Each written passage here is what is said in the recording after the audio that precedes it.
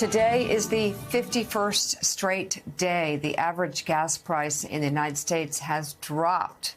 Now at $4.14. A month ago, it was just over $4.80. Joining us now is U.S. Secretary of Transportation, Pete Buttigieg. Very good to have you with us this morning, Mr. Secretary. Where are these gas prices headed? And is there anything the administration can do to get them to this time last year, which is still another dollar or so? That's right. We're seeing it go under $4 in more and more places, but not everywhere. And of course, we want to see it continue to go down past that. I do think a lot of the settling in oil prices has been influenced by the leadership that the president showed earlier this summer, releasing those barrels from the Strategic Oil Reserve, engaging other countries to get them to do the same, making it more flexible to use ethanol as we went into the summer. But look, we also know that there are a lot of different factors that drive things like global oil markets. And, it's funny that there are some folks out there who wanted you to think that it was completely up to the president what the gas prices were when they were going up, and have been silent now that they have been going back down every single day for 50 days. Bottom line, we need to continue pursuing the measures that are under the control of policymakers, but also recognize that the best thing we can do for the medium and long term is make sure Americans have more options through greater fuel efficiency and greater access to vehicles that don't require gasoline at all, so that Americans don't have to worry about what's happening in some Middle Eastern capital or foreign war zone. Right. That is for sure. The other obvious issue that's impacting wallets and probably playing a role here with gas prices is inflation. Talk about the Inflation Reduction Act. What's the possibility that this will come to be a reality, and how will it help? Well, this is great news for so many Americans. It does a number of things that are all of which I think most people think of as common sense.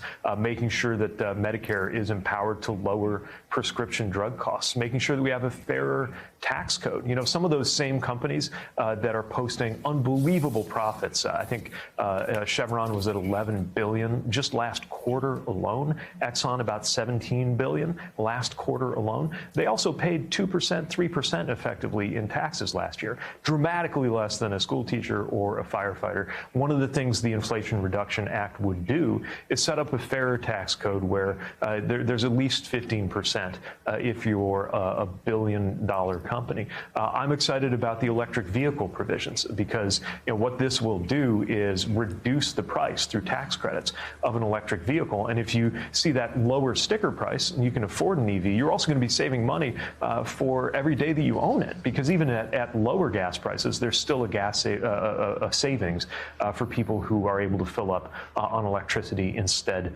of gas, and they tend to require lower maintenance too. As a matter of fact, this is a big opportunity for some of the politicians who have been criticizing EVs for being too expensive to take a vote for or against making them cheaper. There are also provisions here that are going to help with domestic sourcing of battery components in the supply chain for electric vehicles. So some of the politicians out there who are saying, EVs are problematic because of where we get the components for them, they have a chance to vote to make that situation better. So let's give them a chance to put their money where their mouth is, or put their vote where their mouth is. And in the meantime, that will reduce the deficit. It's earned praise from economists, people who aren't always supportive of the administration's economic policy, coming together to say, yes, this is a good legislation, borderline no-brainer territory, which in today's Washington means, unfortunately, that at best we're probably hoping for it to pass with 50 votes, which is exactly what we think it's on track to do.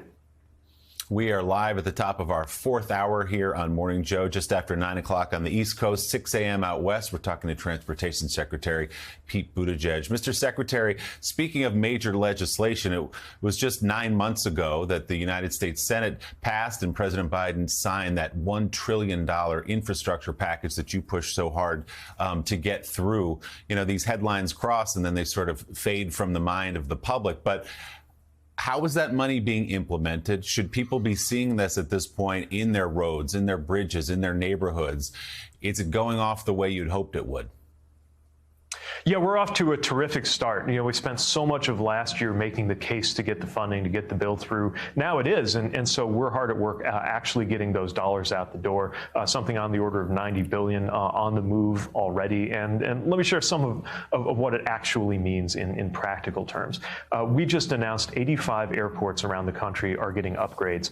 This is a few weeks ago. Everywhere from LAX, where there's the notorious horseshoe that you have to drive through, can take you half an hour to drop somebody off, improving that road, all the way to a place like Chamberlain, South Dakota, where currently the General Aviation Terminal is a mobile home, and we're going to fund them to have a proper building there that's going to serve that smaller community well. That's just one part of what we're doing on the airport funding. We're soon going to be able to announce grants from the RAISE program. That's over $2 billion going to projects all across the country that are going to make a difference in your commute or your ability to get across town. We just rolled out funding for what's called the All Stations Accessibility Program, or ASAP. This was championed by Senator Tammy Duckworth. And what it's going to do is it's going to fund transit stations that are not yet accessible. A lot of transit stations in this country were built before the ADA passed, and they're still not ADA compliant. And whether you're a wheelchair user or just somebody pushing a stroller or pulling a suitcase, you're going to be better off when more transit stations are compliant. I could go on and on. I mean, every week we have a couple of major programs that we're announcing, and I think Senator Menendez will be with you on the program later. I was just with him on Monday in New Jersey. The Portal North Bridge there, that's a bridge that carries over 400 trains a day, 200,000 passengers depend on that bridge. And it's a swinging bridge because it sits so low over the Hackensack River that for boats to pass, they have to rotate the bridge, then rotate it back. It's 111 years old. It's in such deteriorated shape that sometimes the mechanics don't work properly, and workers have to come out with sledgehammers and bang the rails back into alignment, again, on a bridge that 200,000 passengers count on every day. We broke ground with the governor, Senators Menendez and Booker, and the members of the House delegation who were so supportive in getting us to this point. Ultimately, about $1.5 billion to build a state-of-the-art, dependable bridge. So it places across the country on every form of transportation you can think of, large and small communities. By the way, red, blue, and purple. This isn't about politics for us. We're just getting the work done, and we're proud of what's going on, but it's just the beginning. Mr. Secretary, let's go from ground transportation to airlines. Cancellations, delays for airlines, refunding on tickets when your flight is canceled. Let's start from that. Is the delays and the cancellations, is it lack of pilots, lack of ground personnel, weather obviously, but that's beside the point. And the cancellations, when you go to get your refund for a ticket because your flight is canceled. Talk about that.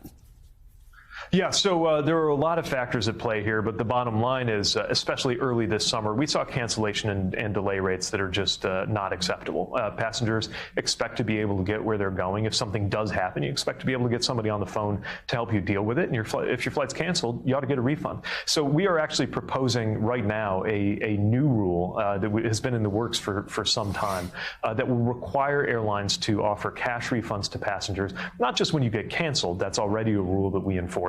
But when you get significantly delayed, and we're defining significantly delayed in this proposal, 3 hours for a domestic flight, 6 for an international flight, as well as a number of other measures, like if they change what airport you're going through, or they change it from a nonstop to a connection, or if they change the plane so that you have a really different passenger experience, that you can get a refund. Now, that rule is open for public comment right now. We don't like to dictate these things without taking input, and so for a 90-day period, you can go to our website and weigh in. But that's just one example of what we're doing to back up customers. Look, weather happens, issues happen, the cancellation delay rate, it's never going to be zero, but we do have to get it back to a reasonable level. And I've been encouraged. I'll give the airlines some credit on this.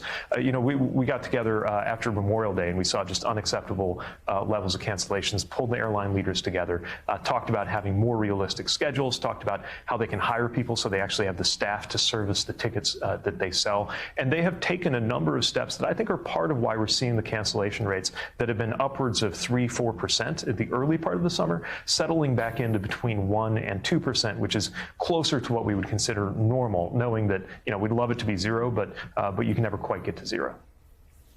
Mr. Secretary, we've been reporting this morning on the sudden tragic death of Congresswoman Jackie Walorski of Indiana. She was born and raised in South Bend, the city where you were mayor, of course. What are your thoughts this morning?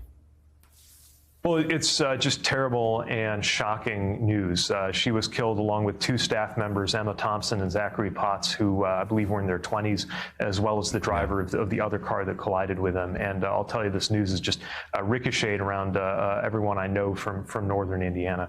She was in that seat serving northern Indiana for most of the time that I was mayor. We came from very different places ideologically, opposite political parties. But I'll tell you, when there was common ground, she was always ready to work together. There were veterans issues we were able to work together on, economic development for our community. And, somebody, and I like to think of this as a Midwestern value, although you don't have to be Midwestern to be this way. But she certainly was the kind of person who, no matter how fiercely you were opposed on some political issue, when you saw her, she was straightforward, she was kind, she was sincere, and she and her staff members are going to be missed. Just a terrible loss for Indiana and of course, for their families. Just horrible. Thank you for those kind words. U.S. Secretary of Transportation Pete Buttigieg, thank you so much for being on this morning. Thank you. Good being with you.